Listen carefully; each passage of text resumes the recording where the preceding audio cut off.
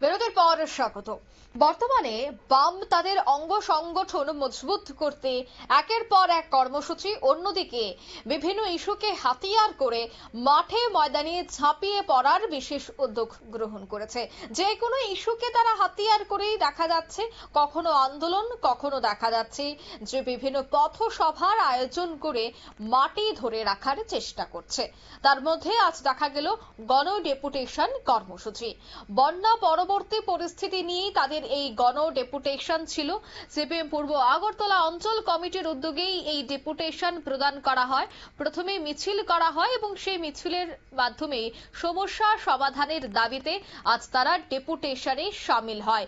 পৌর নিগমের পূর্ব জোনাল অফিসে তারা যায় এবং সেখানেই তারা ডেপুটেশন প্রদান করেন।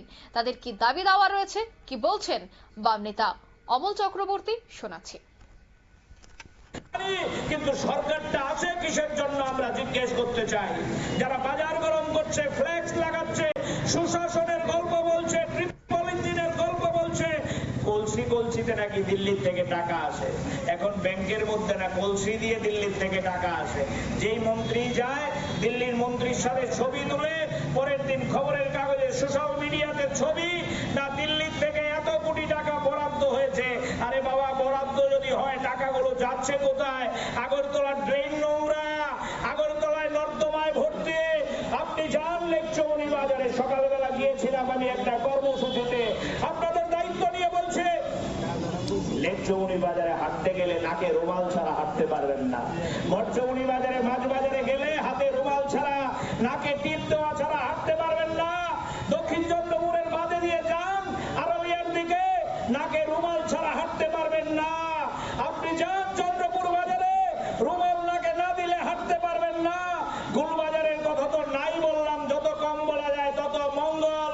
তারা বাজার গরম করছে, সুশাসন, তারা বাজার গরম করছে, দিল্লির থেকে কোটি টাকা নিয়ে আসছে। আমরা দাবি করেছি বাজারগুলো পরিষ্কার করো, আমরা দাবি করেছি মানুষকে রোগ মুক্তি করার জন্য স্বাস্থ্য শিবির করো। সরকারের তো এটাই কাজ, ভুলিয়া ওড়ানো কাজ না সরকারের, ভুলিয়া ওড়ানো কাজ না। আরেকজন মুখ্যমন্ত্রী তো বলেছিল ওই বরমুড়ায় বাদ দেবে, আগরতলায় জল আটকে যাবে, আগরতলায় আর জল ঢুকবে না, আগরতলায় নাকি নৌকা দিয়ে আর চলতে হবে না। আজকে কি অবস্থা আগরতলা শহরের? আমরা বলেছি বিশেষজ্ঞদের নিয়ে কমিটি তৈরি করো, কথায় না বড় হয়ে কাজে বড় হবে। আপনারা জানেন আমরা ছোটকালে পড়েছি, আর এই সরকারটা হচ্ছে শুধু কথার ফুলঝুরি, কথা ছাড়া তাদের আর কিছু নেই।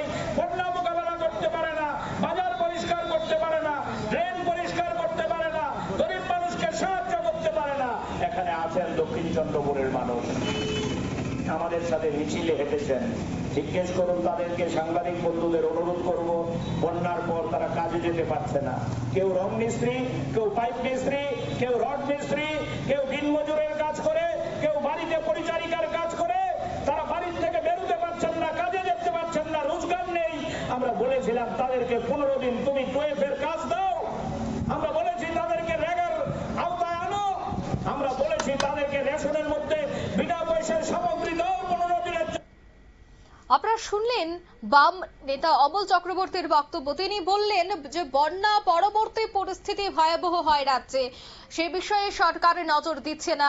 অন্যদিকে হাওড়া নদী এবং কাটাখালের নাব্যতা বৃদ্ধির জরুরি ভিত্তিতে উদ্যোগ গ্রহণ করতে হবে, সেই দাবিতে আজ তারা সরব হয়েছে। নিয়ে নিচ্ছে এই মুহূর্তে ছোট্ট একটি বিজ্ঞাপন বিরতি, সঙ্গে থাকুন।